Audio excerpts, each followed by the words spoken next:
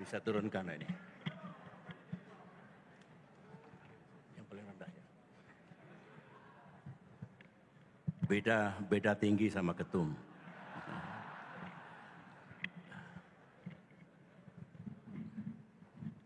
Bukan ini.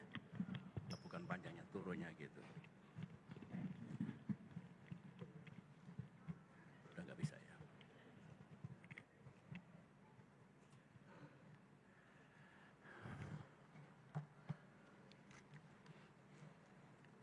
Masih ingat saya? Alhamdulillah.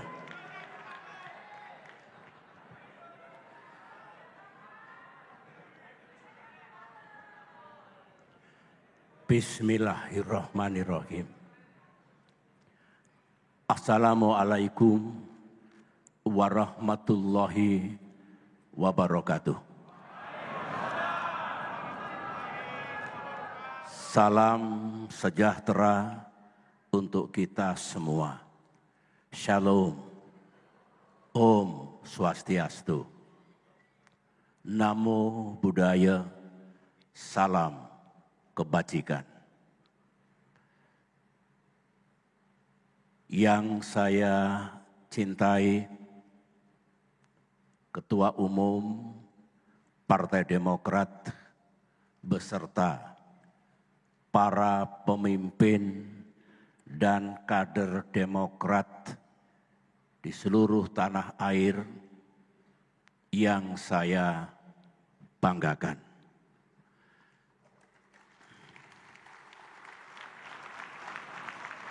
Alhamdulillahirabbil alamin.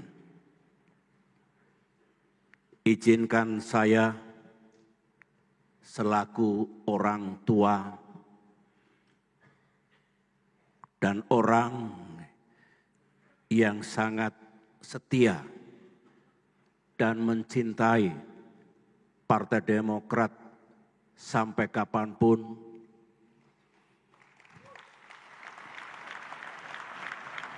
untuk menyampaikan perasaan, isi hati, dan pikiran-pikiran saya kepada saudara semua dan kader Demokrat dimanapun berada, agar perjuangan Partai Demokrat ke depan mendapatkan kekuatan, jalan, dan kemudahan dari Allah Subhanahu wa Ta'ala, Tuhan yang Maha Kuasa, sehingga Demokrat beserta para kadernya memiliki masa depan yang lebih indah dan lebih baik. Saya mulai dari kembali rasa syukur kita kepada Tuhan yang Maha Kuasa. Karena hingga saat ini dan insya Allah selamanya, Partai Demokrat akan tetap tegak berdiri dan terus berbuat untuk negara dan untuk rakyat yang sama-sama kita cintai. Sama dengan Ketua Umum tadi, saya juga ingin mengucapkan terima kasih kepada seluruh kader Demokrat yang masih tetap setia, tetap teguh, dan terus berjuang untuk negara yang kita cintai, untuk partai yang kita banggakan. Meskipun tantangan sering sangat berat dalam mengarungi kehidupan partai kita yang juga sering mengalami pasang dan surut. Tadi Bung Agus Harimurti Yudhoyono, pimpinan partai kita, telah melakukan refleksi perjalanan Partai Demokrat.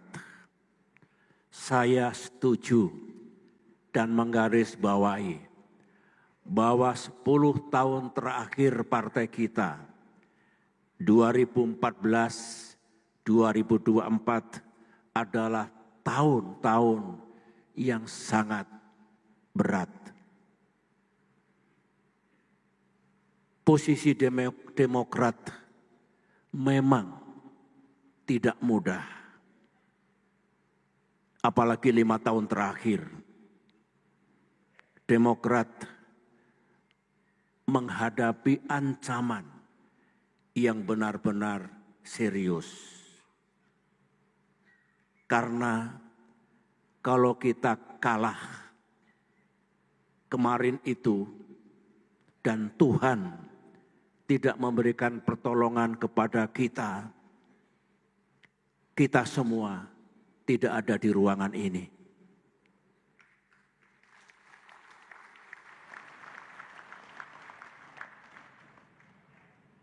Tuhan Maha Besar.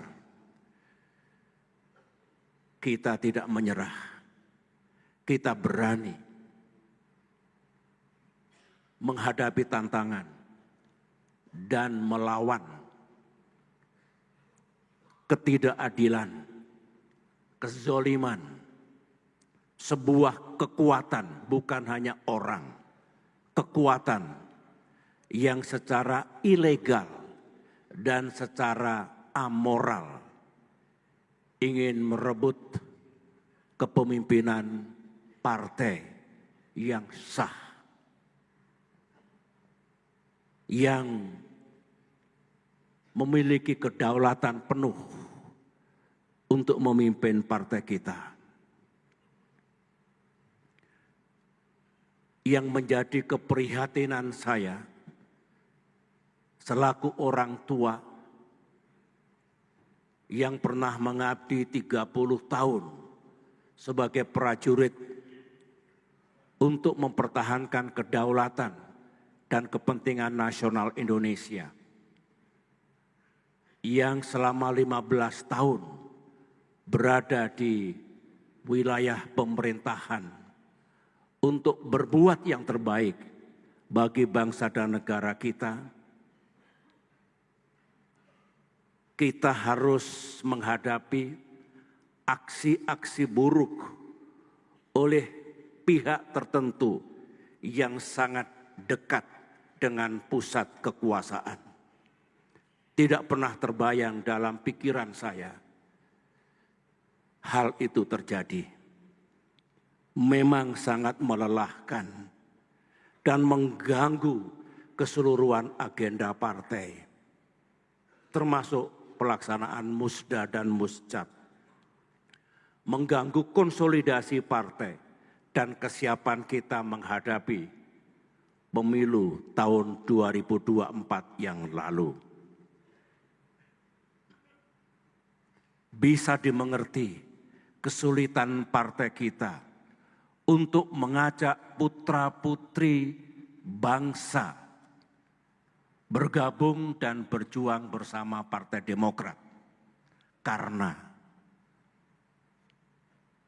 banyak yang takut, karena cemas kalau Demokrat justru tidak bisa mengikuti pemilu 2024 yang lalu karena status hukumnya yang masih berusaha untuk didongkel oleh pelaku-pelaku kejahatan politik itu hingga dekat dengan pelaksanaan pemilihan umum. Sungguh luar biasa, instrumen politik, instrumen hukum digunakan.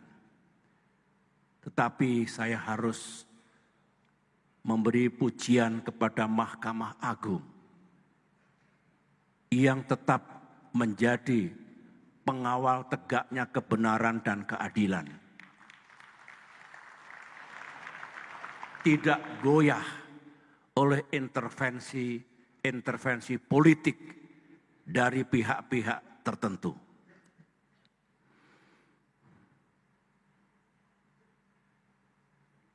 Oleh karena itu, terkait dengan refleksi kesejarahan ini, sekali lagi, selaku penggagas dan pembentuk partai yang kita cintai ini, untuk mengucapkan terima kasih dan ucapan rasa bangga saya kepada para kader yang bersama-sama pemimpin partai berjuang, tegar, teguh, dan berani melawan kezoliman dan ketidakadilan kepada Partai Demokrat yang kita cintai. Pesan saya ke depan, jangan pernah kita takut menghadapi siapapun. Jika kedaulatan partai kita hendak dirampas, jika kita harus menegakkan kebenaran dan keadilan di negeri ini. 10 tahun saya memimpin negeri ini dengan dukungan penuh Partai Demokrat, tidak pernah terlintas dalam pikiran saya, apalagi melakukan cawe-cawe dan intervensi buruk untuk merampas kedaulatan sebuah partai.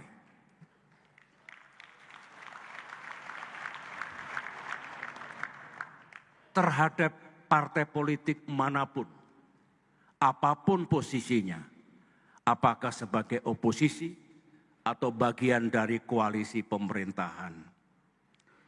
Ini adalah etika yang saya pahami. Moral politik, nilai-nilai demokrasi, serta kepatuhan kepada peranata hukum, the rule of law. Ingat, godaan kepada para penguasa. Dalam dunia politik,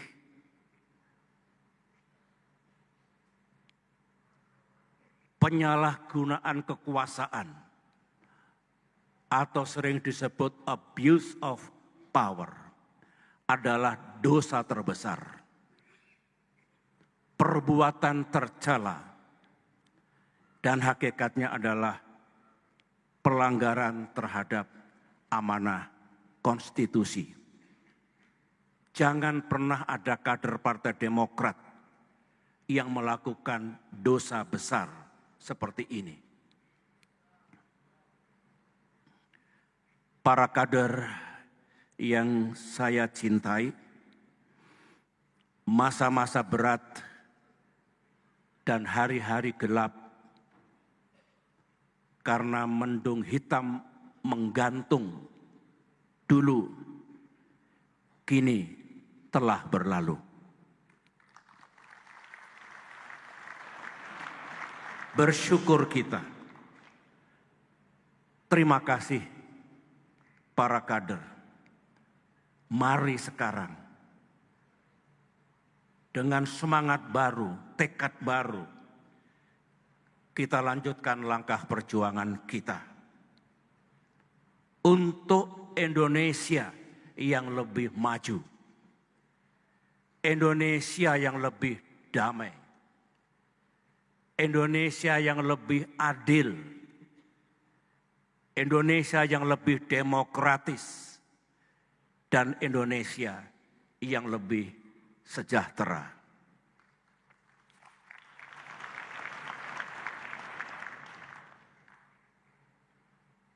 Juga perjuangan partai untuk berbuat yang terbaik bagi rakyat kita. secara internal perjuangan terbaik bagi Partai Demokrat yang kita cintai. Para kader, sebagai kader partai politik nasional, pada kesempatan yang baik ini saya juga ingin berbagi dengan para kader sekalian untuk memahami perkembangan situasi dunia dan sekaligus situasi nasional Indonesia. Saudara harus paham perkembangan global terkini yang akan berimplikasi, berdampak pada perkembangan di tanah air kita. Untuk diketahui, setiap hari saya mengikuti dan menyimak perkembangan pada tingkat dunia. Every single day. Di samping itu, alhamdulillah, saya juga masih aktif untuk bersama-sama dengan pemimpin dunia, mantan pemimpin dunia, di berbagai forum, di berbagai tempat, dengan tujuan agar dunia kita ke depan lebih baik. 3 tahun terakhir ini, karena banyak yang sudah bertahun-tahun tidak bertemu saya tidak bertemu dengan para kader. Sebagai laporan saya, di samping terus menjadi orang tua untuk partai ini, saya memang masih tetap aktif, masih tetap peduli, masih menyampaikan pikiran dan pandangan saya di berbagai forum. Di Berlin, Jerman Barat, ikut mendiskusikan bagaimana situasi dunia ketika terjadi perang di Ukraina dan ketika ekonomi global sedang mengalami goncangan. Di Riyadh, Saudi Arabia, saya diajak juga untuk bagaimana membangun ekonomi di Timur Tengah yang berkelanjutan, seraya menjaga kelestarian alam. Di Kuala Lumpur, kita berdiskusi bagaimana ASEAN tetap relevan dan berkontribusi bagi kawasan Asia, bahkan dunia.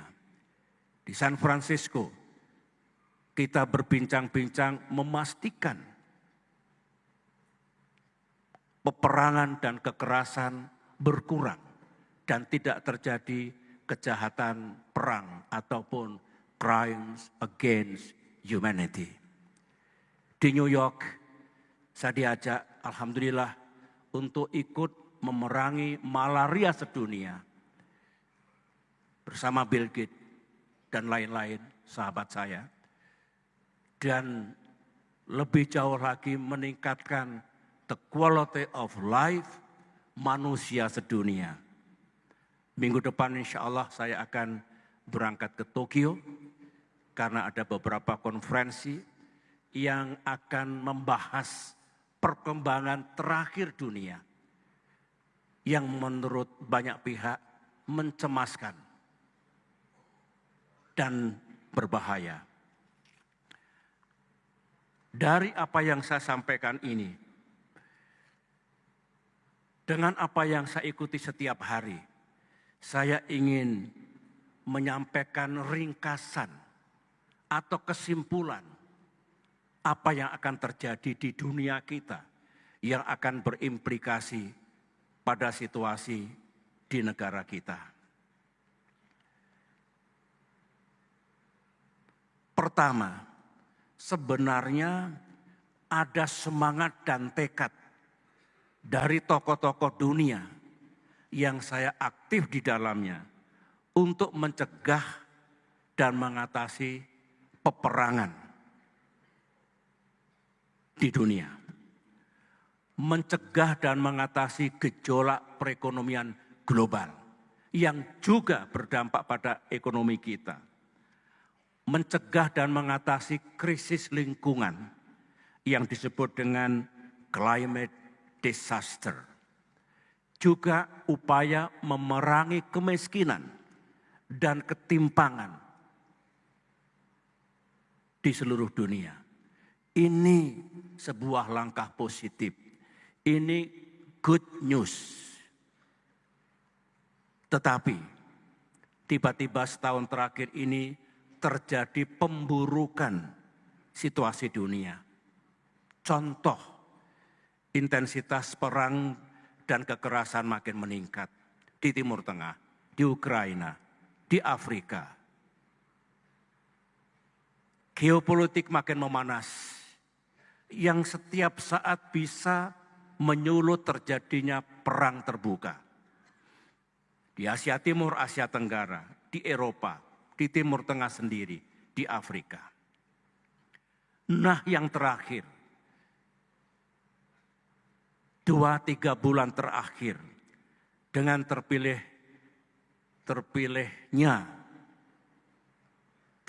kembalinya Donald Trump menjadi Presiden Amerika Serikat, ketegangan global makin meningkat.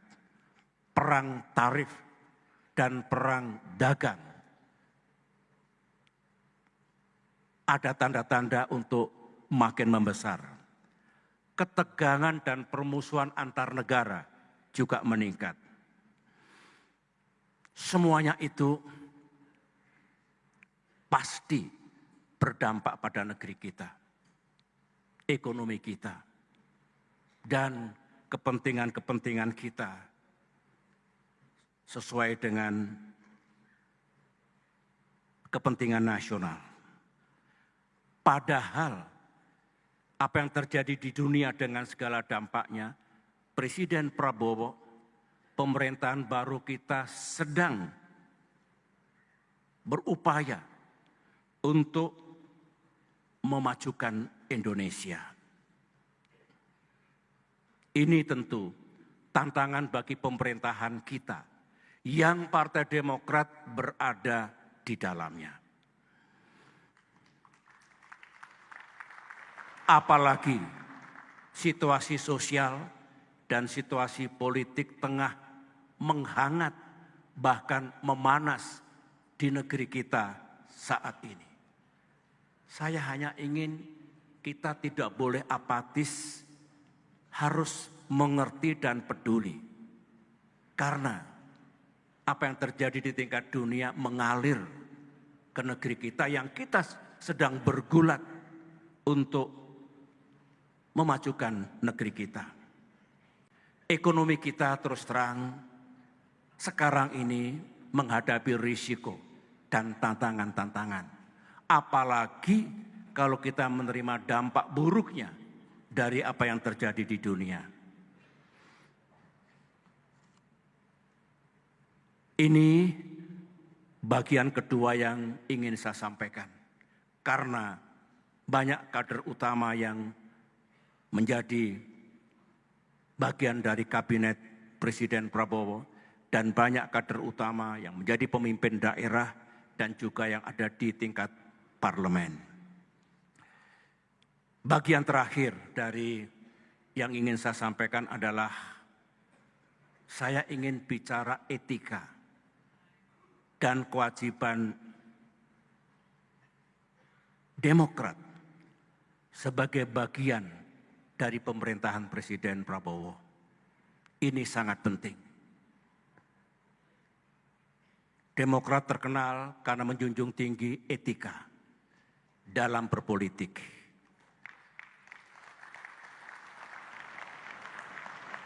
Saat ini Demokrat berada dalam pemerintahan Presiden Prabowo. Ini domain pemerintahan. Tunduk pada sistem, etika, dan tata pemerintahan. Harus mengerti kita. Yang pertama, kini Demokrat juga berada dalam koalisi politik pemerintahan Presiden Prabowo yang disebut dengan Koalisi Indonesia Maju. Ini domainnya domain politik, rujukannya etika dan kelaziman ketika kita berkoalisi. Terkait dengan hal ini yang saya anggap sangat fundamental, karena rakyat ingin melihat seperti apa Demokrat menempatkan diri ketika berada dalam pemerintahan dan dalam koalisi pemerintahan Presiden Prabowo. Yang saya sampaikan ini adalah pikiran saya yang ternyata klop dengan pikiran Ketua Umum AHY dan para petinggi partai yang sering kita diskusikan. Dalam kaitan pemerintahan Presiden Prabowo, Demokrat harus sungguh-sungguh dan all out untuk menyukseskan pemerintahan Presiden Prabowo. Seperti tagline Kongres ini. Wajib, ini etika. Tentu sesuai dengan visi, prioritas dan agenda yang telah ditetapkan oleh Presiden kita.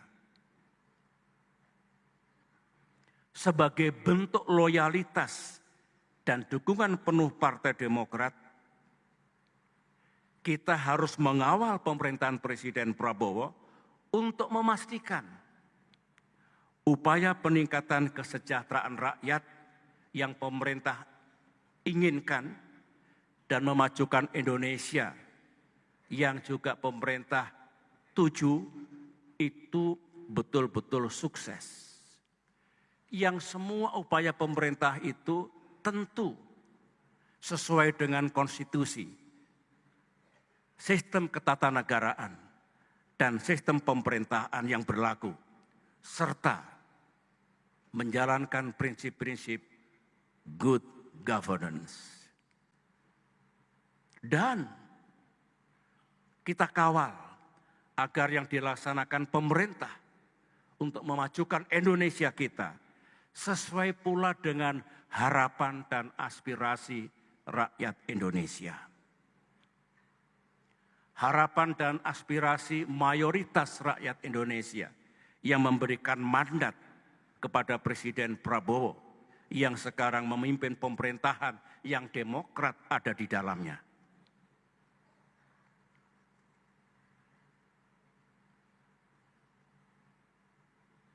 Masih dalam kaitan keberadaan Demokrat dalam pemerintahan Presiden Prabowo. Para kader Demokrat yang memimpin pemerintahan di daerah, gubernur atau wakil gubernur, bupati atau wakil bupati, wali kota atau wakil wali kota, juga mesti menyukseskan pemerintahan Presiden Prabowo. Para gubernur, bupati, wali kota, dan wakil-wakilnya yang berasal dari Partai Demokrat, di samping melaksanakan visi dan agenda Presiden secara nasional, juga melaksanakan visi dan agenda yang dulu dikampanyekan pada saat pilkada. Itu juga etika, karena saudara-saudara, para gubernur, bupati, wali kota telah berikrar, berjanji untuk memajukan provinsi, kabupaten, atau kotanya masing-masing. Dan atas dasar itu terpilih menjadi pemimpin-pemimpin daerah.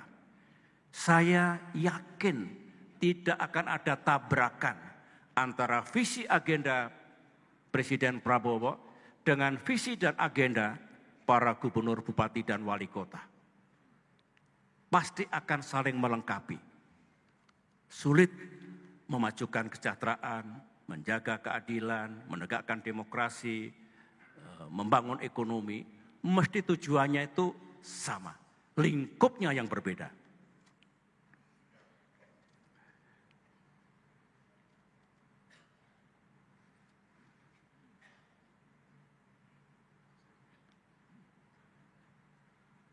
Kita juga perlu memastikan dalam konteks pengawalan tadi, agar semua agenda pemerintah termasuk keberadaan Danantara yang hari ini telah diluncurkan oleh Presiden kita kawal, kita pastikan semua benar-benar, saya ulangi, semua benar-benar untuk kepentingan rakyat, for the people. Kepentingan seluruh rakyat, bukan kepentingan sebagian rakyat. Ini etika yang harus kita junjung tinggi bagi Partai Demokrat sebagai bagian dalam pemerintahan Presiden Prabowo. Nah, sekarang bagaimana etika kita dalam koalisi Indonesia Maju? Demokrat harus berketetapan, do your best. Koalisi itu yang dituju bukan hanya kesamaan sikap dan posisi politik, common ground, common position, tetapi juga sebenarnya tekad koalisi untuk menyukseskan pemerintahan Pak Prabowo, kesediaan koalisi untuk terus menjaring dan mendengarkan harapan serta aspirasi rakyat. Jadikan satu nafas, sukseskan pemerintahan Presiden Jokowi, dengar. Ulangi, saya ngomong apa tadi? Ini namanya slip of the tongue. Saya ralat. Ini ada pers di sini, saya ralat. Presiden Prabowo Subianto. Pak Jokowi sudah pensiun, seperti saya. Sudah ada presiden baru, namanya Prabowo Subianto.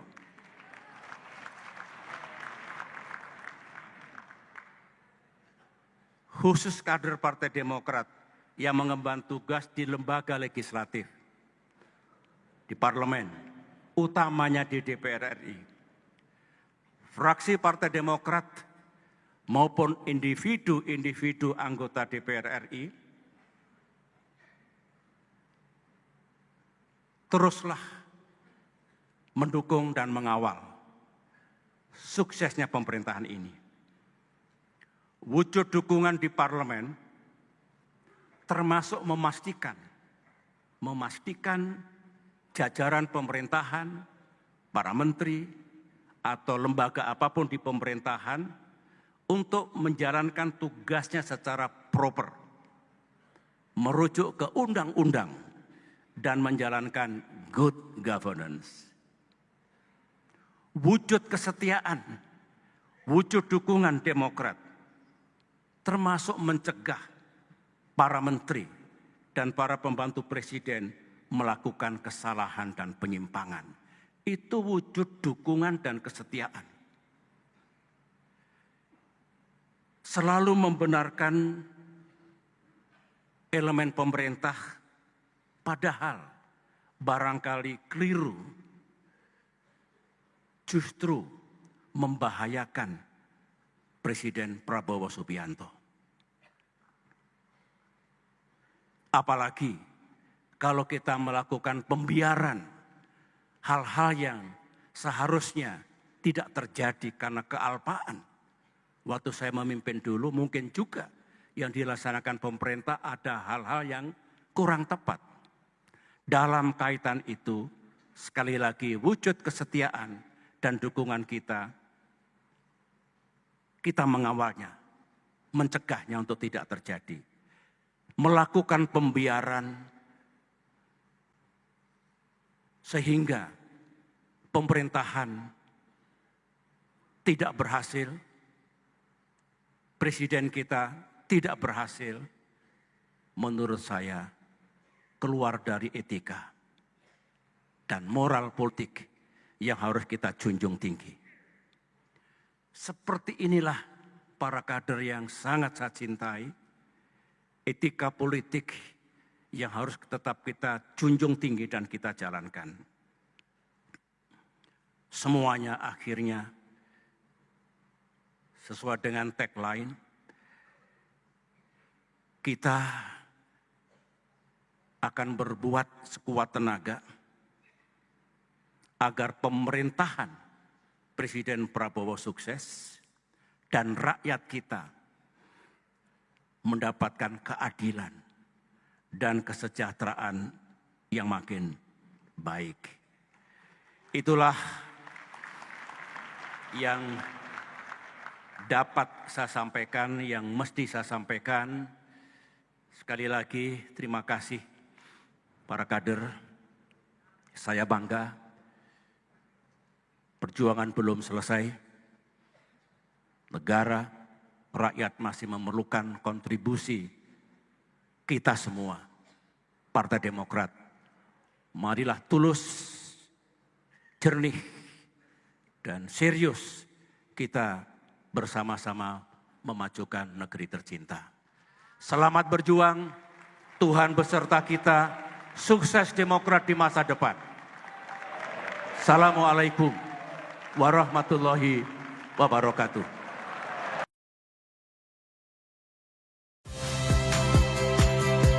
Saya Priska Clarissa. Saksikan program-program Kompas TV melalui siaran digital, pay TV, dan media streaming lainnya. Kompas TV, independen, terpercaya.